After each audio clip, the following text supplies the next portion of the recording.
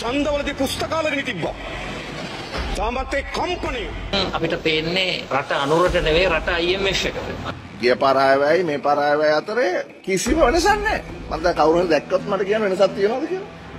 NDP அரசாங்கத்தினுடைய budget எப்படி இருக்கும், என்ன எதிர்பார்ப்புகளை நாங்க வச்சிருந்தோம் அப்படின்றத நேற்றைய நாள்ல நாம கொஞ்சம் எதிர்பார்ப்போட ஒரு வீடியோ செய்திருந்தோம். நிறைய பேர் அதுல கருத்துக்கள் சொல்லுங்க, என்னென்ன விஷயங்கள் இதுல உள்வாங்கப்படணும் அப்படின்ற பல விஷயங்கள் கருத்துக்களா வந்திருந்தது. அந்த விஷயங்கள் எல்லாம் இதுக்குள்ள வந்திருக்கா? மக்களுடைய எதிர்பார்ப்பை இந்த பட்ஜெட் தீர்த்திருக்கா? எதிர்கட்சிகள் என்ன சொல்றாங்க இந்த பட்ஜெட்டை பத்தி? எதிர்கட்சிகளுடைய கருத்து என்னன்னு சொன்னா, இதெல்லாம் ஒரு பட்ஜெட்டா அப்படின்ற மாதிரி தான் அவங்களுடைய கருத்துக்கள் இருக்கு.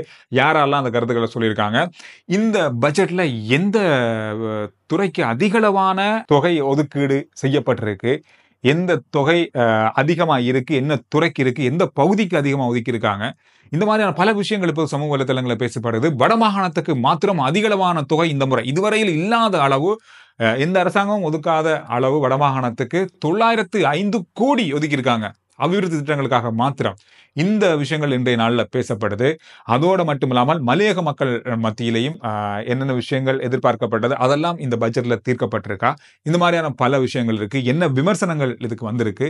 இந்த விஷயங்களை சுருக்கமா இந்த வீடியோல பார்க்க போறோம். சுருக்கமா அப்படின்னு சொல்ல இயலாது, கொஞ்சம் பெரிய வீடியோவா இந்த வீடியோ வரும்னு நான் நினைக்கிறேன். இதுல மிக முக்கியமா அதிகமா வடமாகாணத்தினுடைய புனரமைப்பு பணிக்காக ஒதுக்கப்பட்ட தொகைன்னு சொன்னா 100 கோடி 1000 மில்லியன். இது வட்டுவாகல் முல்லைத்தீவினுடைய வட்டுவாகல் பாலத்துடைய அபிவிருத்திக்காக ஒதுக்கப்பட்டிருக்கு. இது ஒரு மிகப்பெரிய தொகையாக பார்க்கப்படுது. அது மட்டும் இல்லாம வடமாகாணத்தில் உள்ள கிராமிய வீதிகள் மற்றும் பாலங்களை மேம்படுத்துறதுக்கு 500 கோடி ரூபா ஒதுக்கி இருக்காங்க. இதுக்கு மட்டுமே இந்த தொகைகள் இந்த அபிவிருத்திக்காக மட்டுமே ஒதுக்கப்பட்டிருக்கு. அதோடு யாழ்ப்பாண நூலகத்துக்கு 100 மில்லியன், அதாவது 10 கோடி ரூபாய் ஒதுக்கப்பட்டிருக்கு. இந்த யாழ்ப்பாண நூலகம் தொடர்பாக கூட ஜனாதிபதி தன்னுடைய பட்ஜெட்டினுடைய உரையில பல விஷயங்கள் சொல்லப்பட்டது. கடந்த கால கசப்பான அந்த நூலகத்தினுடைய விஷயங்கள் எல்லாமே ஞாபகப்படுத்தப்பட்டிருந்தது. எனவே இந்த நூலகத்தை புனரமைப்பு செய்வதற்காக 10 கோடி ரூபாய் ஒதுக்கியிருக்காங்க. இது ஒரு முக்கியமான விஷயமாக பார்க்கப்படுது. பரவலா இது பேசப்படுகின்ற ஒரு விஷயமாகவும் இந்த வரவு செலவு திட்டத்தில் இருக்கு. அதோட யாழ்ப்பாணத்தினுடைய பல அபிவிருத்தி திட்டங்கள் இருக்கு. இன்னும் பல தென்னை உற்பத்தி, தென்னை பயிரிடுறதுக்காகவே பெரிய அளவான தொகை ஒதுக்கப்பட்டிருக்கு. இந்த 905 கோடிக்குள்ள அதுவும் இருக்கு. இந்த பெரிய ஒரு தொகை வடமாகாணத்துக்கு ஒதுக்கப்பட்டிருக்கு. எனவே கடந்த கால அரசாங்க நிர்வாகங்கள் ஒதுக்கப்பட்ட தொகையே பாவிக்கல என்று சொன்ன விமர்சனங்கள் நிறைய இருக்கு. வந்த பட்ஜெட்ல அல்லது ஒதுக்கப்பட்ட தொகையே பாவிக்காம திருப்பி அனுப்பின பல குற்றச்சாட்டுகள் இருக்கு. அப்படி இல்லாம இந்த தொகை அனைத்தையுமே ஒதுக்கப்பட்ட அந்தந்த நிதி திட்டங்களுக்கும் அபிவிருத்திகளுக்கும் பயன்படுத்தினா சரியா இருக்கும், நல்லா இருக்கும் அப்படின்றதான் இப்ப அதிகமா நாங்க எதிர்பார்க்க ஒரு விஷயமாக இருக்கு. கடந்த காலங்களில் விட்ட தவறு இல்லாம எல்லாத்தையும் பயன்படுத்துங்க அப்படின்றதான்.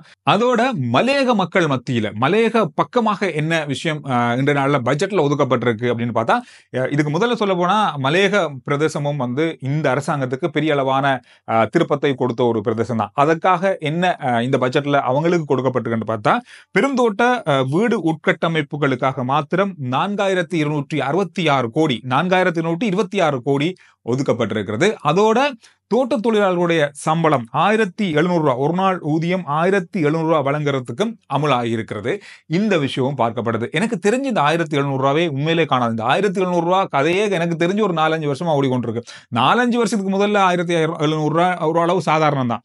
ஆனா 2020 2025 இப்ப 5 வருஷம் ஆயிருக்கு. இந்த 5 வருஷம் ஆகியும் இன்னும் அதே 1700 அப்படின்றது அசாதாரணம் தான். அதை பொறுத்தவரையில அங்கத்தைய மலையக கடந்த கால அரசியல் தன்மை, இப்ப இருக்கிற அரசியல் தன்மை கூட எனக்கு தெரிஞ்சு மலையக மக்கள் சார்பா கொஞ்சம் என்ன சொல்றது, இது கண்டிப்பா தேவை என்ற அரசாங்கத்துக்கு கோரிக்கை முன்வைக்கிற அளவான குரல்களை கடந்த காலங்களில் பாராளுமன்றத்தில் பார்க்க கிடைக்கல. இது நீங்க உணர்ந்தீங்களா எனக்கு தெரியாது. இதை தாண்டி வேற என்னென்ன விஷயங்கள் முக்கியத்துவம் வாய்ந்ததா இந்த பட்ஜெட்ல இருக்கு அப்படின்னு சொல்லி பார்த்தா, வறுமையை போக்குறதுக்கு விசேட வேலை திட்டங்கள், அதோட புதிய தீர்வு வரி முறைமை அமல்படுத்துவதற்கான நடவடிக்கை எடுக்கப்படும் சொல்லியிருக்காங்க. புதிய சுங்க சட்டத்தை முன்வைக்கிறதுக்கான நடவடிக்கை, வருமானத்தை அடிப்படையாக கொண்டு அரச காணிகள்ல முதலீடு செய்வதற்கான நடவடிக்கை எடுக்கப்படும். அதை குத்தகைக்கு வழங்குறதுக்கான நடவடிக்கை எடுக்கப்பட்டிருக்கிறது.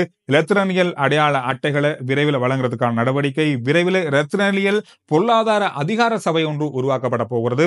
அதோடு கட்டங்கட்டமாக நாணய தாள்களுடைய பாவனை குறைக்கப்பட போகுது. இது ஒரு முக்கியமான விஷயம். நான் பார்த்ததில் இது ஒரு முக்கியமான விஷயம். இந்த டிஜிட்டல் பொருளாதார அமைச்சு அல்லது டிஜிட்டல் பொருளாதாரம் சம்பந்தமாக அதிகளவான நிதி ஒதுக்கீடு இந்த முறையும் செய்யப்பட்டிருக்கிறது.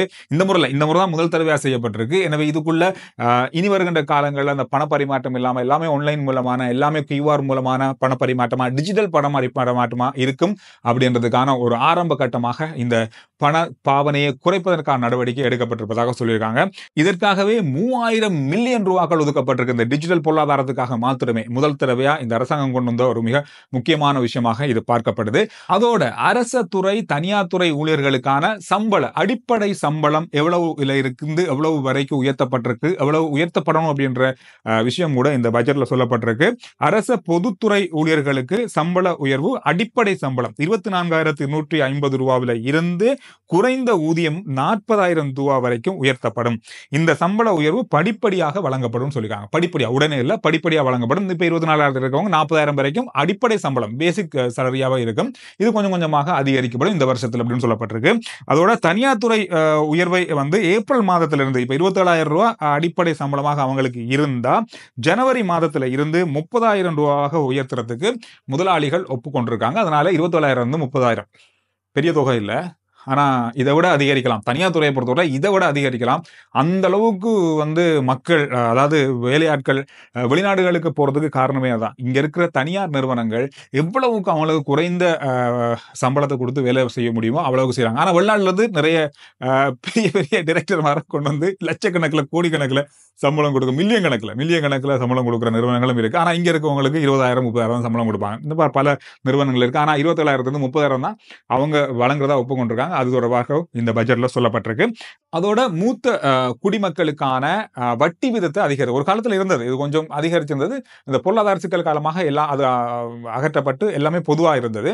இப்போ இந்த பட்ஜெட்லயும் கொண்டு வந்திருக்காங்க. மூத்த குடிமக்களுக்கான வட்டி விதத்தை அதிகரிக்கிறது. அது மட்டும் இல்லாம அவங்களுக்கான வரி விலக்குகளையும் செய்வதற்கான பரிந்துரைகள் இந்த பட்ஜெட்ல உள்ளடக்கப்பட்டிருக்கு. அதோட இன்னும் ஒரு முக்கியமான விஷயம், பாராளுமன்ற உறுப்பினர்கள், அமைச்சர்களுக்கு அதிசொகுசு வாகனங்களை வாங்குறதுக்கான பெர்மிட்டுக்காக ஒதுக்கப்படுகின்ற தொகை இந்த முறை ஒதுக்கப்படலை. எந்த விதமான பெர்மிட்டுகளும் இந்த முறை வழங்கப்படாது. அது மட்டும் இல்லாமல் அரசாங்கத்தினுடைய பாவனையில் இருக்கிற அதிசொகுசு வாகனங்களை ஏலத்தில் விட்டு விற்பனை செய்யறதுக்கும், அதை வாடகைக்கு, அதாவது குத்தகை அடிப்படையில் வழங்குறதுக்கும் முடிவு செஞ்சிருக்காங்க. அதனால வருமானத்தை அரசாங்கத்துக்கு எடுத்துக்கொள்றதுக்காக.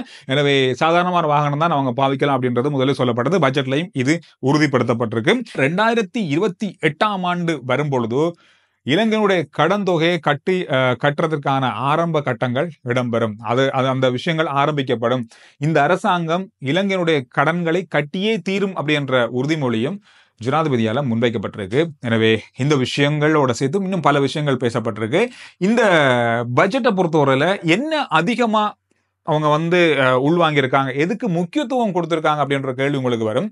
அந்த கேள்விக்கான பதில் சுருக்கமா சொன்னா, அதிகமா கல்விக்கும் மருத்துவத்துக்கும் அதிகளவான தொகை ஒதுக்கப்பட்டிருக்கு. ஒரு காலத்துல யுத்தத்துக்கு தான் இலங்கையில அதிக அளவான பட்ஜெட் தொகை ஒதுக்கப்படும். இந்த முறை மருத்துவத்துக்கும் கல்விக்கும் அதிகளவான தொகை ஒதுக்கப்பட்டிருக்கு அப்படின்றது ஒரு பேசு பொருளாக இந்த பட்ஜெட்ல இருக்கு. பாடசாலை உட்கட்டமைப்பை மேம்படுத்துறதுக்கு 1000 பில்லியன், பல்கலைக்கழக அமைப்புகளுடைய அபிவிருத்திக்காக 135 பில்லியன், 5ஆம் தர புலமை பரிசில் சித்தியடைந்த குறைந்த வருமானம் கொண்ட குடும்பங்களைச் சேர்ந்த மாணவர்களுக்கான கொடுப்பனவு 750 இருந்து 1,500 ரூபாவாக அதிகரிக்கப்பட்டிருக்கு. சுகாதாரத்துறையை பொறுத்தவரை 2025ஆம் ஆண்டுக்கான சுகாதாரத்துறைக்கு 604 பில்லியன் ரூபாய்கள் சுகாதாரத்துறைக்கு மட்டுமே ஒதுக்கப்பட்டிருக்கு. மருத்துவ மற்றும் மருத்துவ உபகரணங்களை கொள்வனவு செய்வதற்கு 188 பில்லியன் ரூபாய்கள் ஒதுக்கப்பட்டிருக்கிறது. இப்ப இருக்கிற இலங்கையினுடைய வளர்ச்சியானது 5% மாறணும் அப்படின்றதுதான் இப்ப இந்த வருஷத்தினுடைய இலக்காக இருக்கு அப்படின்னு சொல்லப்பட்டிருக்கு. இது மிகப்பெரிய ஒரு சவால். ஆனா வாய்ப்புகள் இருக்குன்னு சொல்லலாம். இது போன வருஷமே எதிர்பார்க்கப்பட்ட எதிர்பார்க்கப்பட்டது, ஆனால் முடியாமல் போனது. இந்த வருஷம் எதிர்பார்க்கப்படுது மீண்டும். அதோட இந்த பட்ஜெட் தொடர்பான கருத்துக்கள் என்ன அப்படின்றத எதிர்க்கட்சிகள் என்ன சொல்றாங்க, எதிர்க்கட்சி பக்கமாக என்ன விமர்சனங்கள் இருக்கு அப்படின்னு சொல்லி பார்க்கும்பொழுது பெரிய அளவான விமர்சனம், மிகப்பெரிய அளவான எதிர்ப்பும் விமர்சனமும் இந்த பட்ஜெட்டுக்கு வந்திருக்கிறது. குறிப்பா சொல்ல போனா இந்த பட்ஜெட் தொடர்பாக பாராட்டுற செய்திகளை தாண்டி இப்ப மாலை வேளையில் நான் பார்க்கும்போது இது விமர்சனத்துக்கான செய்திகளும் அதிகமாக கிடைக்கும். சாதாரணமா நான் பார்க்கும்போது விமர்சனத்துக்கு உள்ளாகுமா அப்படின்னு சொல்லி நமக்கு தெரியும். நம்ம கடந்த கால பட்ஜெட்டுகளை பெருசா ஆராய்ந்து உள்ள போய் நாங்க பார்த்திருக்க மாட்டோம். இப்ப பார்க்கும்போது நமக்கு அது புதுசு மாதிரி இருக்கு. ஓகே, நல்ல நல்ல விஷயங்கள் நிறைய வந்திருக்கும் அப்படின்ற மாதிரி நமக்கு தோணுனாலும் நிறைய இதுல விமர்சிக்கக்கூடிய விஷயங்களும் இருக்கதான் செய்யுது அப்படின்ற மாதிரி தான் செய்திகள்ல நான் பார்த்தேன்.